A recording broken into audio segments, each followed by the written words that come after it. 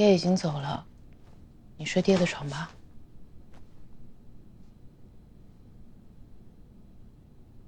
爹没走，在我心里，他没走，他就在这儿呢。我要守着他。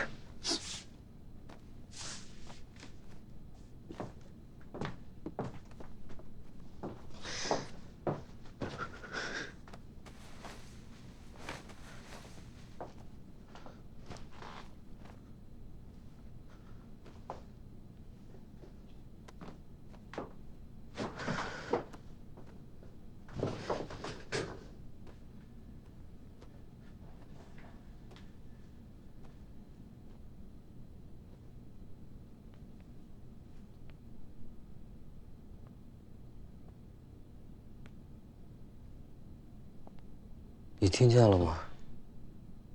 爹临死之前叫了一声娘。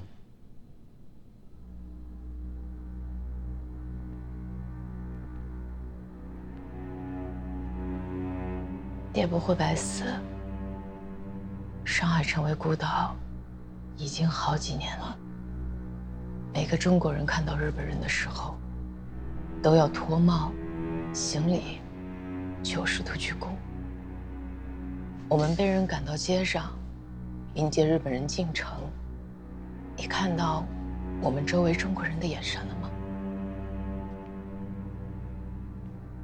又痛苦，又屈辱。但是，当日本人把爹拖到路边的时候，他们的眼睛里面多了恨。这是爹种下的种子，总有一天会开出花来。所以，爹不会白死。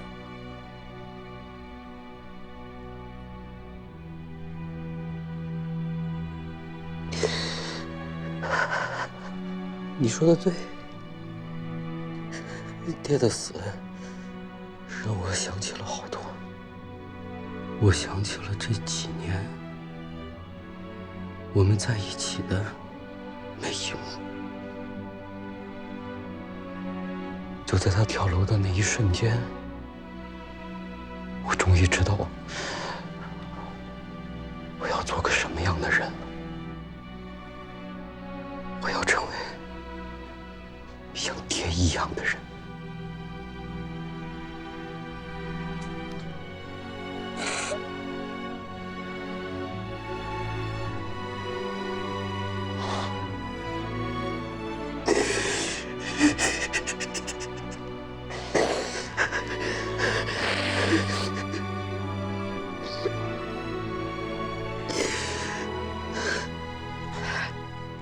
问父，过节日子是我人生中的一个重大时刻，我希望你能在场，当我的见证人。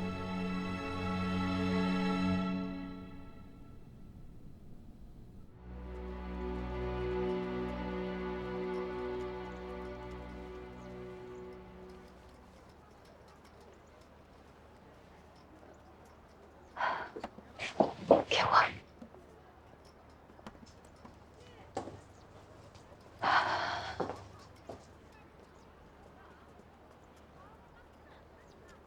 曾大姐，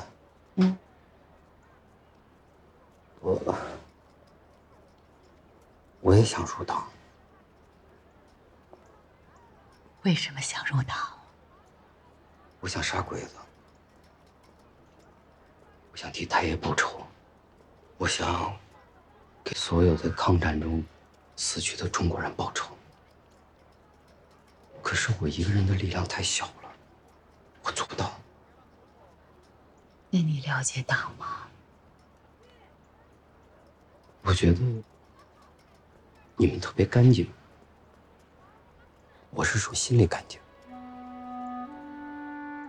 我这个人吧，从小到大，只有一个念头，就是好死不如赖活着。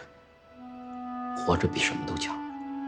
直到太爷教给我，人不仅仅是为了活着，还得要做一个堂堂正正的中国人。咱们旅长、田先生、太爷，他们都是堂堂正正的中国人，可是他们到最后连命都丢了，抗战救国还是没有完成。但是我相信你们能把这件大事给干成。如果我要是入了党，我就会觉得自己有靠山，不对，是有依靠了，归属感。归属感。那样我就会觉得我的劲儿可以往一处使，它就不浪费了。那以后我要是害怕了，我要有什么不懂的地方，还有你们能帮我。贺先生，孟晚福，是孟晚福想入党。万福。首先呀，我代表党组织感谢你为党做了那么多的工作。其次呢，我也特别的高兴，你有意愿入党。我觉得你应该对党有更多的了解和认知。我把这个任务交给丁宇娇同志，怎么样？万福，期待有一天你能够真正成为我们的同志。虽九死，其犹未悔。好，玉江，我们开始吧。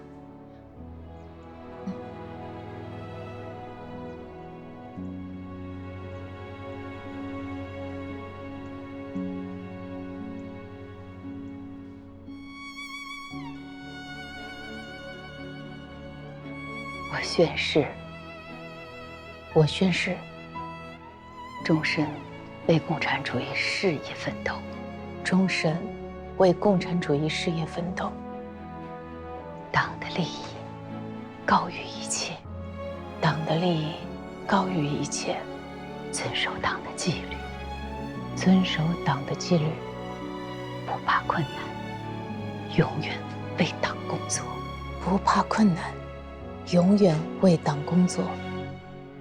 要做群众的模范，要做群众的模范，保守党的秘密，保守党的秘密，对党有信心，对党有信心，百折不挠，永不叛党。百折不挠，永不叛党。宣誓人，宣誓人丁玉娇。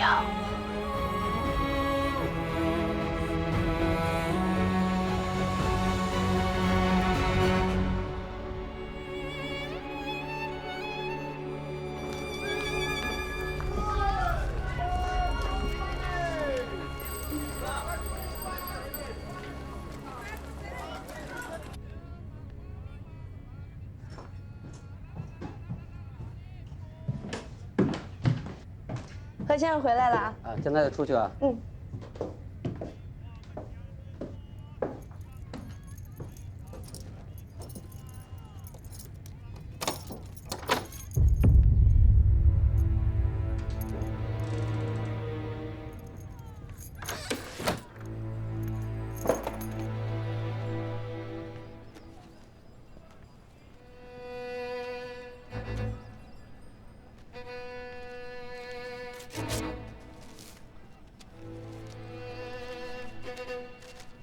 万福老弟，当你看到信时，我已赶到浙江山区安顿下来了。太爷之死重于泰山，令人敬仰，发人深省。汉贼不两立，王爷不偏安。租界既已陷落，过去种种譬如昨日死，从后种种譬如今日生。南关以来，我虽奉命留身报国，但无时不再担心被逼落水，无刻不在寻找生机。可惜机会来时，未及带走老弟。老弟周旋魑魅魍魉之间，尚需多加小心。廖丰年。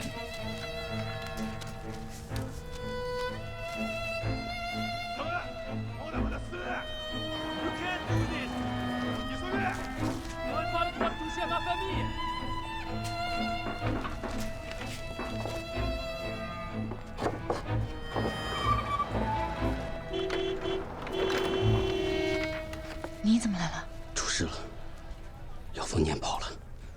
万福来了。曾大姐，怎么了？苏姐的天大了，满大街都是日本人，他们占了英美各国的银行，然后还把领事馆的洋人都赶出来，说要关进集中营。我刚刚来的这一路，他们满大街的抓洋人、打洋人，平时都是他们打别人欺负别人，哪见过他们被打被欺负啊？也是没想到，这一天来得这么快。里边说，曾大姐，万福，刚刚来了一批日本人，请我们江户商贸把账本拿走了。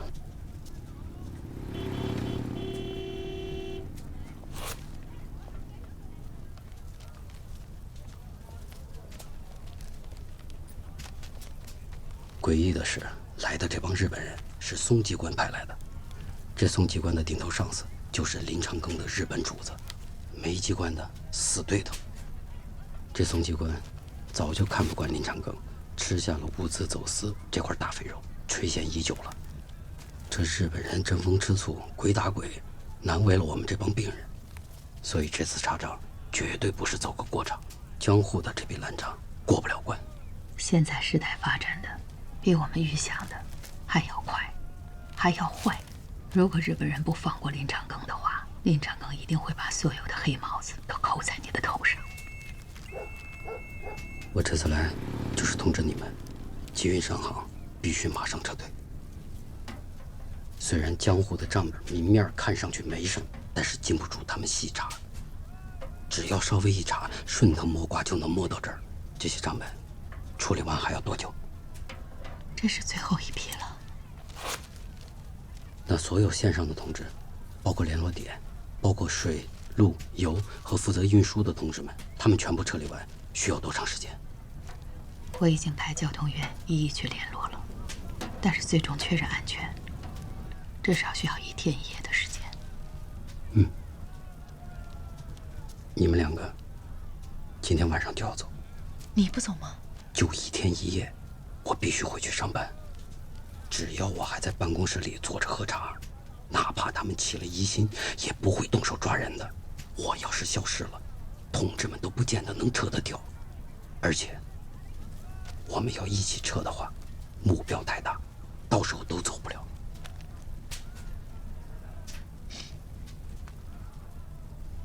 这也太悬了。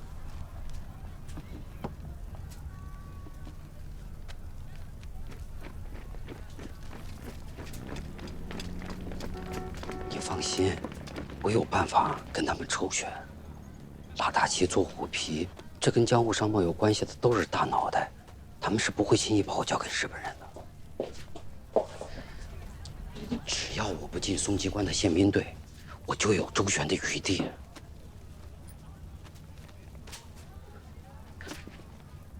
哪怕是进了宪兵队，只要他们想从我身上扎东西，他们就不会轻易杀我的。可是，真的太危险了呀！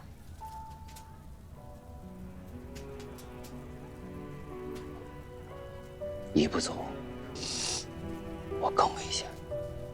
我得冷静下来，耐心地跟他们周旋。太爷以前教过我，事缓则圆。只要他们不抓住集运商行的把柄，重庆和汪伪的事情，他们谁说得清楚？他们只要问我就胡乱攀扯呗。你想想，那些部长、次长，还有他们的太太们、亲眷们，他们没有一个人能跑得脱。我怕什么呀？他们要是想把我往坑里推，那我就把他们死着拽着一块掉坑里。这个坑太大了，大到日本人都不敢直视。不装糊涂，谁都别想过关。这是其一。其二，我也要给自己找一条退路，尽量全身而退。而且这条路，我找着了。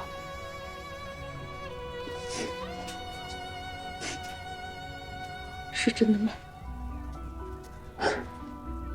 我有办法，靠得住吗？相信我。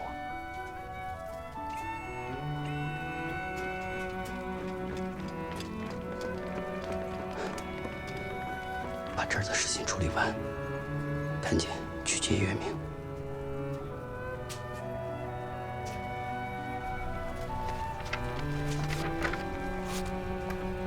哎，曾大姐，今天晚上的船我已经安排好了，账本处理完你们就撤。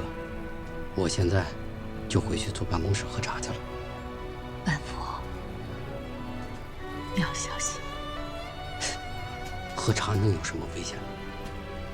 走了，再会。再会。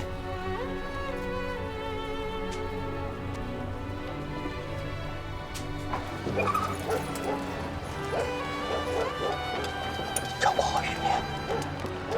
好。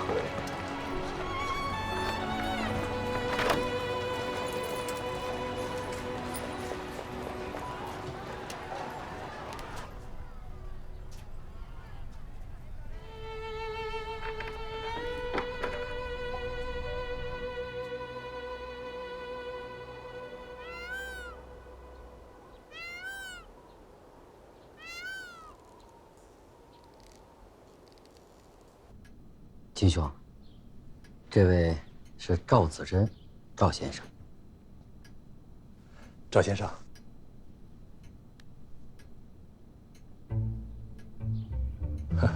请坐，请坐。日人自掘坟墓，对抗美英，将一手造成他们不可挽回的危局。4年抗战，到今天，终于见到曙光了。展望整个国家和民族的前途，我感觉无限的兴奋呐。我始终认为，抗战是理所应当，和平是不得已，只能坚持一个原则：随机应变。我们要竭尽全力的来保全国家的元气呀。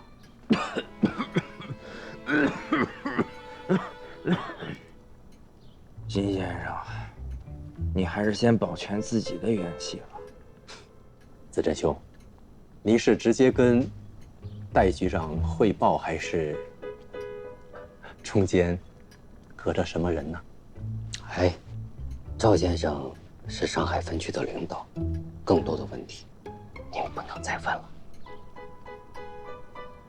我明白，那就请子珍兄指示。一，电台安全。您的书城之意，我已经告诉赵先生，赵先生呢，也跟戴老板汇报了。戴老板亲手交予了赵先生密码本，这样他就能直接跟重庆联系，你也就跟戴老板接上线了。但是，首先，你要保证赵先生的绝对安全，然后就是电台的绝对安全。赵先生，就请留在我的府上，假扮成我的文友或者是机要秘书，绝对安全。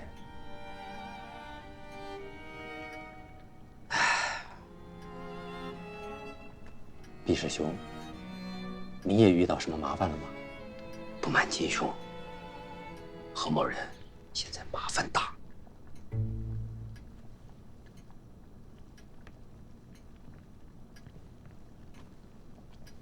日本人现在正在查江湖商贸的账，林成庚这个人，你还不了解吗？万一出了问题，他一推625，那所有的锅都要扣在我的头上啊！如果到那个时候，我何某宁愿一死了之，因为我要是被日本人抓住了，我是绝对不会要求公司这么多参股的各位大佬啊。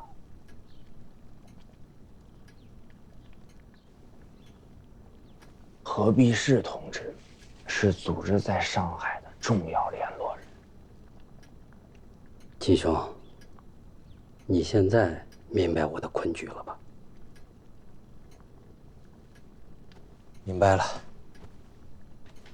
就是和林长庚好说好散，平安着陆。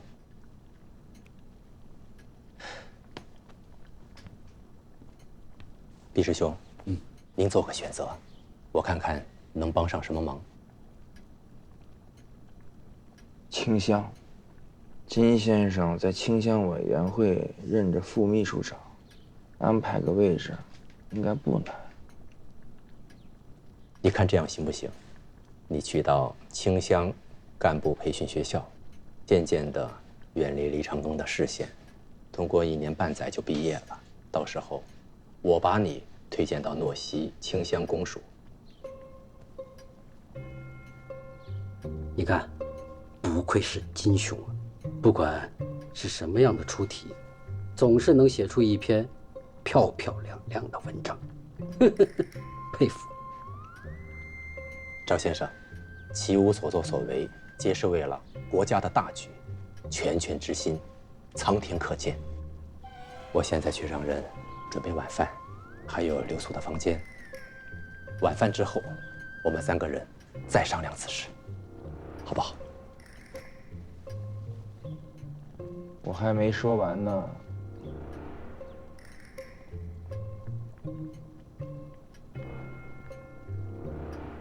赵先生，请讲。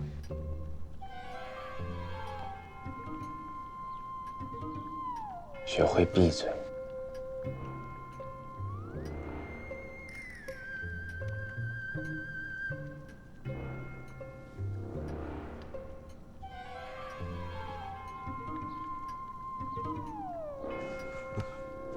你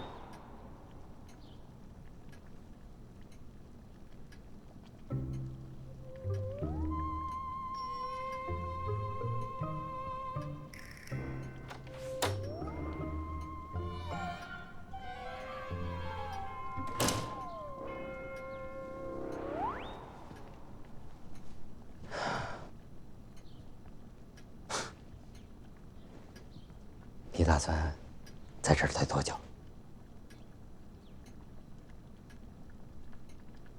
多保重。你也是。你会成为我们潜伏在清乡系统的人。有什么事单线和我联系。你放心，我有数。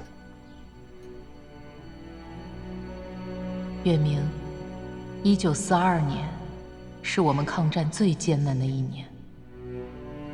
日军对抗日根据地进行扫荡、烧杀抢掠。华中敌后抗日根据地惨遭日伪军的清乡与蚕食。他们用几百里长的篱笆将村庄围成囚笼，断粮、断药，想把抗日力量饿扁、冻垮。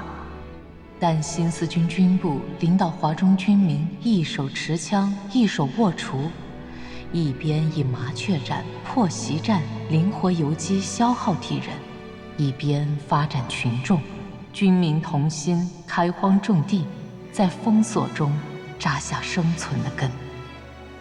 这一年，我带着你在苏中奔走，云葵爸爸和小月阿姨在海文。万福爸爸在上海，我们一家人在3个地方，望着同一个月亮，过了这一年的中秋节。谁也没有想到，在1943年春天，云葵爸爸接到了一个极为重要又棘手的任务。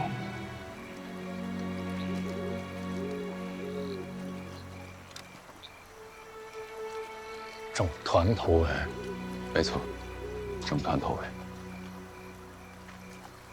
鱼塘镇的地理位置太重要了，它的交通线是苏北、苏中抗日根据地的生命线，应拼太难，丢了呢又太可惜。所以我和军区首长商量了一下，想出了一个办法：整团头尾，获取敌人的情报和补给，控制交通线，并在时机成熟的时候整团起义。那新四军的部队之前有过这种先例吗？先头尾，然后给证明？实话实说，没有。因为新四军的部队头尾，敌人不会相信。好在你的政治面目没有被公开，海湾地区又是我党力量薄弱的地方，这正好给了我们一个打入敌人内部、采取斗争策略的机会。云奎兄，我知道你曾经被污名为逃跑将军，这个黑锅一直背到了现在。参加这次行动，很有可能周围的人对你也会有所误会，你是宁可战死，也不愿意背上骂名的。但是鱼塘镇对我们来说太重要了，如果敌人占领的话，就会滋敌养敌。云奎兄，战争打到现在这样，拼的不是别的，拼的是谁能坚持下去。云奎兄，你想想，假如一支部队不在前线作战，而是在沦陷区一点一点的把敌人的地盘变成我们自己的，让鬼子一日不安生，而后最终我们会逐渐吞噬他所有的势力，这才是最实际的，也是不可计数的，更是光凭血气之忧而不能完成的。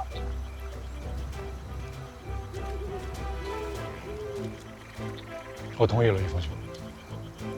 你刚刚说了，战争打到现在这个份上，形势这么严峻，那么多人为这个国家牺牲了，我顶这点污名，受这点委屈，这不值一提。再说了，我是一名军人，成熟的军人。军人不光要有战略，还要有政略。我们不能只看眼前，要把眼光放得远一点，要以大局为重。我懂。其实上次我们两个论剑之后呢，我一直在找答案。什么是无形之剑？找到了吗？上次的苏中之行，我看你们搞民抗民运的工作，给了我很大的启示。回到海文之后，这2年，我也是组织村民跑反，我们有自己的火烧鬼。在这个过程中，我看到的是生生不息，看到的是人民群众的力量。我终于明白了。什么形式上的成功成仁都是没有意义的，什么有形的剑都没有杀气。我们要在敌后发动人民，让敌人陷入到我们人民战争的汪洋大海。只要我们把4万万同胞凝聚起来，我们就可以用人民的战争把帝国主义赶出去，最终获得解放，获得和平。这个才是我心中最大的那柄剑，才是我们无往而不利的无形之剑。讲得好，云贵兄。其实有的人是因为看见，所以才相信；而有的人是因为相信，所以看见。人民路线就是我们仅有的路，唯一的路，也是最正确的路。军区首长还有2点要嘱咐你：第一，这件事要严格保密，除了团部的人以外，不能有其他人知道。第二，我们会派一些对党忠诚、训练有素的党员干部，给那些同志们做思想工作。报告，司令员，一切准备就绪，出发。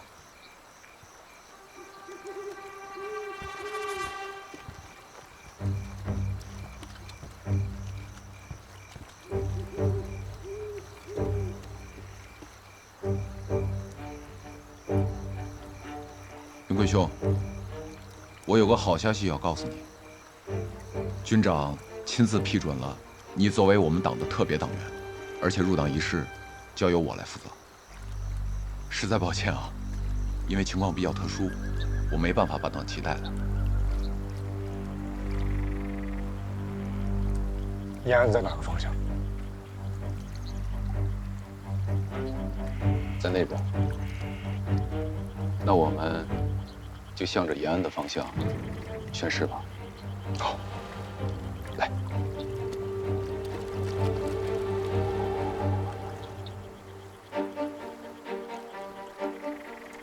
我宣誓，我宣誓，终身为共产主义事业奋斗，终身为共产主义事业而奋斗。党的利益高于一切，党的利益高于一切，遵守党的纪律，遵守党的纪律，不怕困难，永远为党工作，不怕困难，永远为党工作。要做群众的模范，要做群众的模范，保守党的秘密，保守党的秘密，对党有信心，对党有信心，百折不挠，永不叛党，百折不挠，永不叛党。宣誓人，宣誓人张云奎。宣誓毕。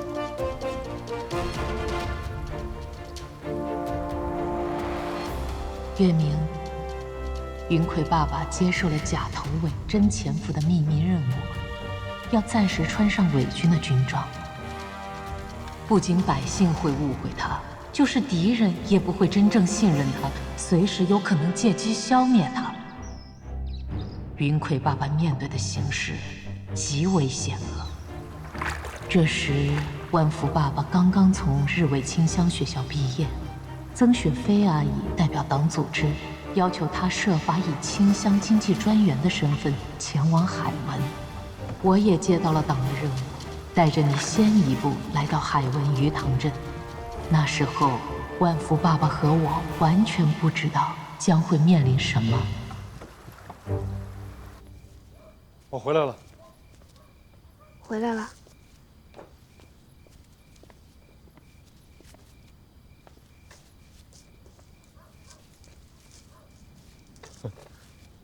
怎么把苏中的传统搬到这儿来了？被人发现多危险啊！夜深了，没人能看到。这还是傅帆姐教我的。来，哎，水都打好了。嗯，饭也热好了。叶生那边安排的怎么样？老刘什么态度？都安排好了，老尤也被叶盛说服了。你那儿怎么样？我啊，基本谈妥了。但是说心里话，虽然我在心里边下了决心，但是当我真的面对汉奸跟日本人的时候，我心里边那道坎儿真的迈不过去。但我知道这是任务，需要跟敌人周旋，必须执行好。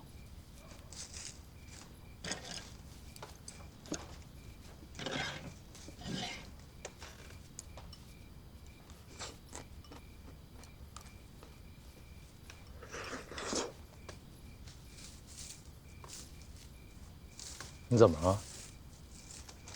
出事了？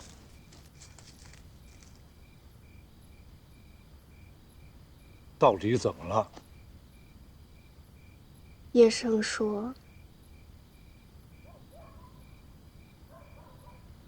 傅安姐牺牲了。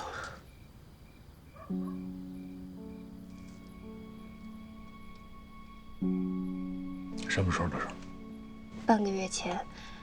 师部疏散的时候，傅帆姐一个人留在苏中的村子里，要临产前被村子里的汉奸举报，说她是新四军大官的老婆。鬼子围上来的时候，傅帆姐拉响了手榴弹。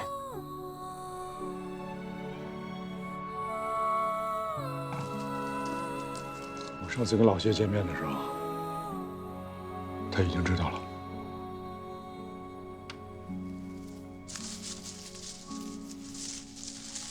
老谢之前跟我说过，我们战斗不是为了眼前的恨，而是为了身后的爱。每个共产党员，他们都有一颗无比强大的心脏。小月，为了深厚的爱，我们也会变得更强大。我记得傅帆姐也跟我说过，忠诚和爱是一样的，只有自己见证自己，不需要别人见证。断头今日，亦如何？创业艰难，百战多，此去泉台，招旧部，旌旗10万，斩阎罗。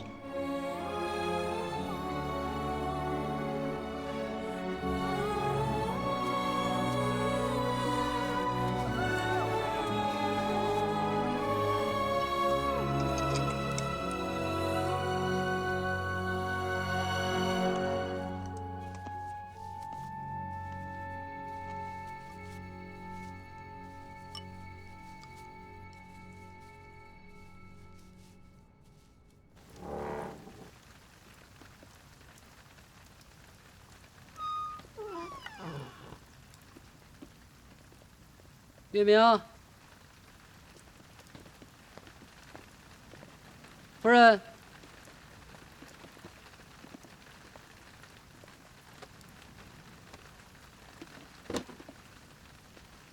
月明，夫人，夫人。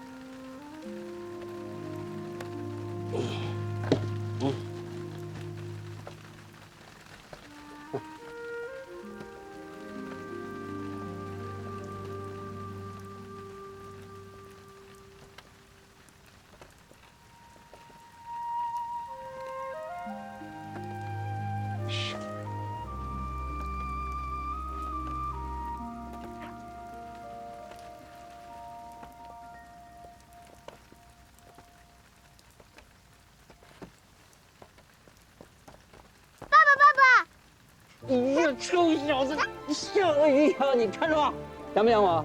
想。这个，爸爸这个，哎呦，不是明天才到吗？我这不是着急吗？过了3条河，换了4艘船，着急忙慌的赶到这儿，还是天黑了。想着你明天要来，趁着还没有打烊呢，去买了些菜。月明给你抱了个冬瓜回来。哼，那你们吃了吗？还没，你也没吃吧？那不正好吗？这有1年没尝我的手艺了，想一想。月明，想吃你爸做的什么菜？包子。哟，月明想吃包子，行，那咱们就做包子，走，做包子去。哎，厨房在那边。厨房在那边。哎呀，月明给我指路啊。在那边。好嘞，一会儿我做包子，你劈柴，行不行？行。走。你这1年多是怎么过来的？上回见的那个金次长，他说咱俩都是高人，我找黄瞎子帮忙了，我就利用他想跟重信搭上线的心理，让他送我去了青乡干部学校，我在那儿待了1年多。毕业之后，曾大姐秘密联系到我，她跟我说希望我到苏中来协助你们工作。赶巧碰到了这个金次长，跟海门清乡公署的赵南生勾搭上了。他们需要一个派发物资流动证的那么一个挡箭牌，我这不就顺理成章的成了海门的经济专员了吗？哼！1年多不见，何必是先生活得挺通透啊，什么路子都这么趟通。那是，太爷教我的那些啊，我全用上了，而且我现在写了一手好字儿。余塘镇这边啊，有个绥靖团，原本呢是当地的抗日自卫团，团长叫张斗鬼。明面上呢是刚刚投围，其实是我们自己人。组织上让我们来海文，一呢是配合新四军的行动，破坏日本人的政治倾向和经济倾向；再一个，就是希望能够利用我们的身份，帮助张团长。那这个张团，人你见了吗？还没见到，我也是刚来。中秋不是快到了吗？葛知远会办一个宴席，到时候我们要跟张团接头。怎么接头啊？